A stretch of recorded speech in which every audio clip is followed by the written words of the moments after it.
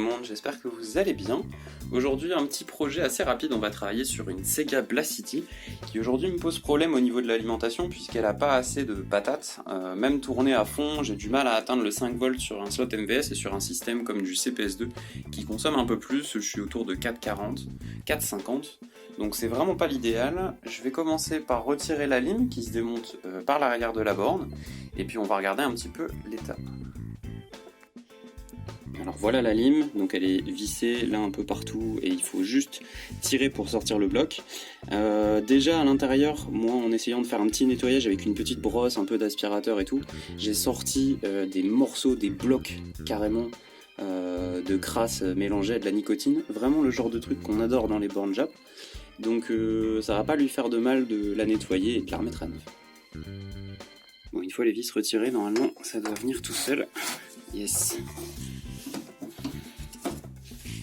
Je vais sortir ça parce que c'est pas pratique de filmer ici et puis je vous montre ça dehors. Je pense que là j'ai tout retiré. Donc voilà la première ouverture de cette lime en 25 ans je crois. Je crois que la Blast est 96. Oh, bon. Je pense que l'image parle d'elle-même. Oh là là. Elle est absolument dégueulasse. Ouais, il va y avoir un petit peu de boulot de nettoyage, mais ça va être un projet intéressant.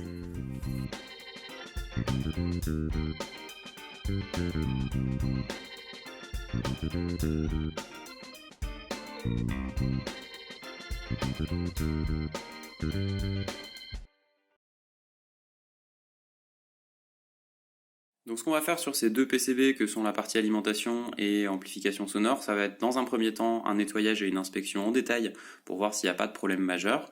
Et ensuite on va faire un cap kit, c'est-à-dire qu'on va remplacer tous les condensateurs électrolytiques sur la PCB et voir le résultat et la différence en fin de course.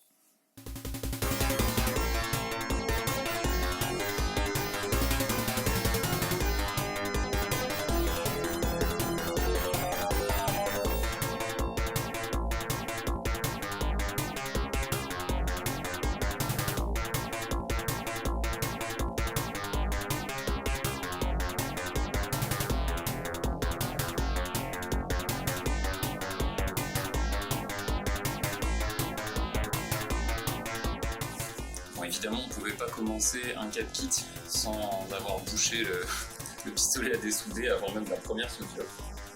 Bref.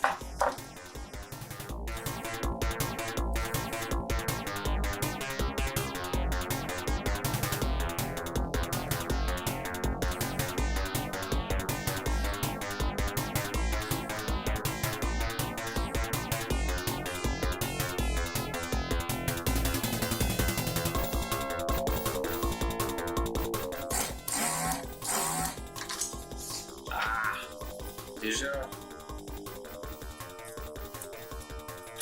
vous voyez, ça fait 1, 2, 3, 4, 5, 6, 7 condensateurs et je peux déjà le débloquer. Chouette.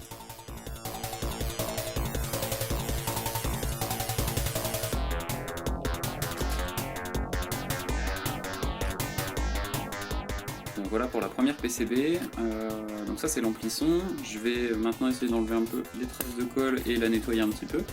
Et puis après on passera sur la deuxième plaque. Et là maintenant on va passer directement à la lime. Je sais pas si je vais enlever le heatsink.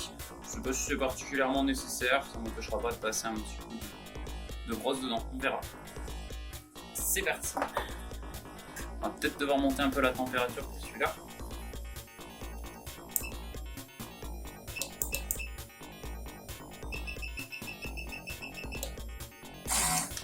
Hop là. Donc pour celui-là j'ai un peu galéré, c'est plus gros et j'ai dû monter à 480 et là en une seconde à peine c'est venu. Ça devrait faire le taf pour maintenant.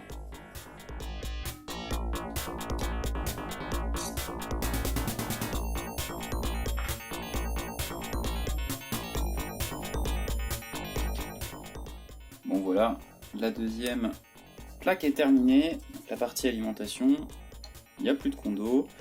comme l'autre, elle va passer une petite étape par le bain. Je vois que c'est quand même bien crade à l'intérieur, donc je pense que je vais quand même enlever le heatsink. Et puis, on se retrouve pour l'étape suivante. Bon, après un petit nettoyage à l'alcool, c'est quand même beaucoup mieux. La carte est hyper propre. Ça c'est top. On fera un petit coup juste avant de remonter. C'est quand même bien mieux.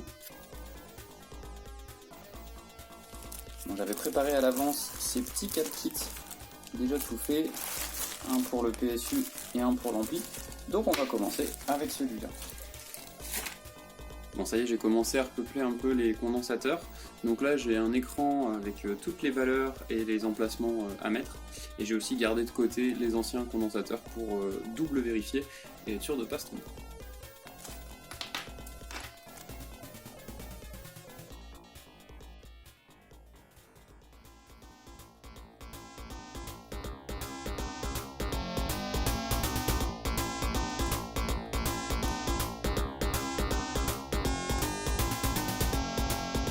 Donc voilà, j'ai réussi à enlever toute la colle.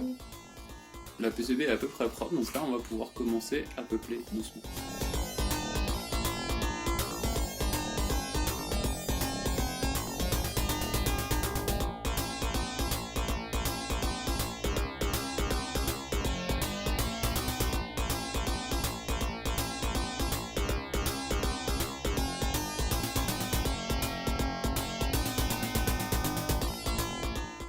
Et enfin, le petit dernier. Enfin, petit. On s'entend. Voilà. J'ai un petit peu merdé parce que celui-là est un peu plus gros. Vous voyez, le delta, si je le colle au bord. Bon, normalement, ça devrait passer, hein, mais on verra. Alors voilà, j'ai réussi à le rentrer. Alors, bon, globalement, ça va. Il y avait de la place, mais j'ai eu chaud. Bon voilà, c'était le dernier, bon ça s'est bien passé mais c'est normal, hein, j'avais été très prévoyant, j'avais prévu tous les sachets individuels séparés, etc. avec toutes les valeurs, j'ai double, triple vérifié tous mes marquages dans mes tableaux Excel avec les différentes valeurs des condensateurs. Donc je vais laisser ça là pour ce soir et puis on remontera ça demain. Donc voilà le ventilo de remplacement, donc on a un connecteur classique 4 pins pour PC, alors que là-dessus on a un connecteur, je crois que c'est un JST XH avec 2 pins. Donc je vais couper l'embout sur l'autre ventilateur et je vais remettre le même genre de prise. Et après ce sera bon.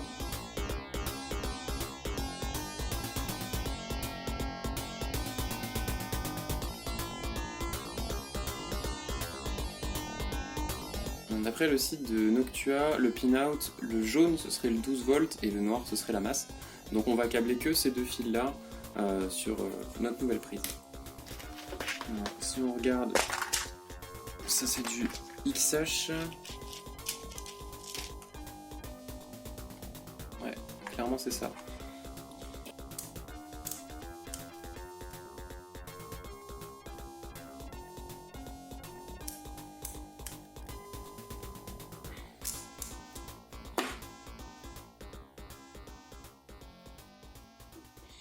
Si on regarde comme ça, on a le noir en haut. On va faire pareil.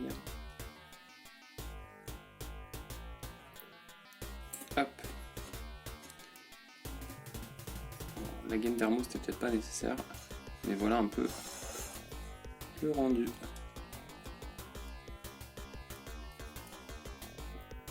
Un petit test pour s'assurer que ça va bien fitter.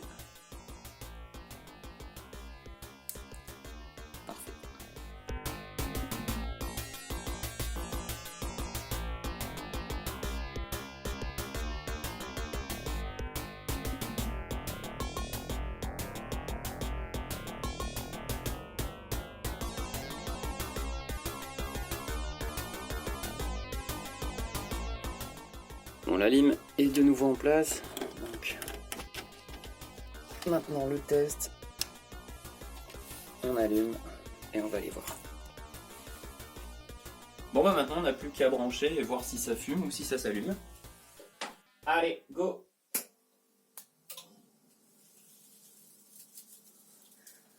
J'ai presque cru qu'elle allait pas démarrer tellement le ventilateur fait pas de bruit. Mais pour l'instant, on a un no signal à l'écran. Donc je vais prendre le voltage et puis on va voir ce que ça donne.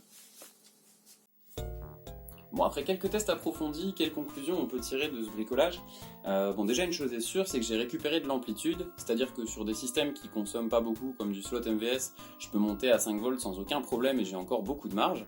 Par contre, sur des systèmes qui consomment un peu plus, comme du CPS2 ou ici du Konami GX, j'ai encore un petit peu de mal à atteindre le 5 volts, je suis plutôt autour de 4,95, 4,90 en étant au maximum du potentiomètre. Donc qu'est-ce que ça veut dire? Peut-être que j'aurais dû changer d'autres composants sur la PCB, peut-être les régulateurs de voltage, peut-être d'autres éléments. Donc j'imagine qu'il y aura une suite à cette vidéo. Maintenant, en attendant, tous les systèmes fonctionnent très très bien à 4,95. C'est juste que je suis pas convaincu d'avoir récupéré la pleine puissance de son alimentation. Voilà, j'espère que c'était intéressant et que ça vous aura donné envie peut-être de jeter un œil à vos alimentations de bornes d'arcade un petit peu vieillissantes et qui auront sûrement besoin d'un petit coup de nettoyage, un petit coup de jeûne. En attendant, prenez soin de vous et je vous dis à très vite pour une prochaine vidéo. Bisous!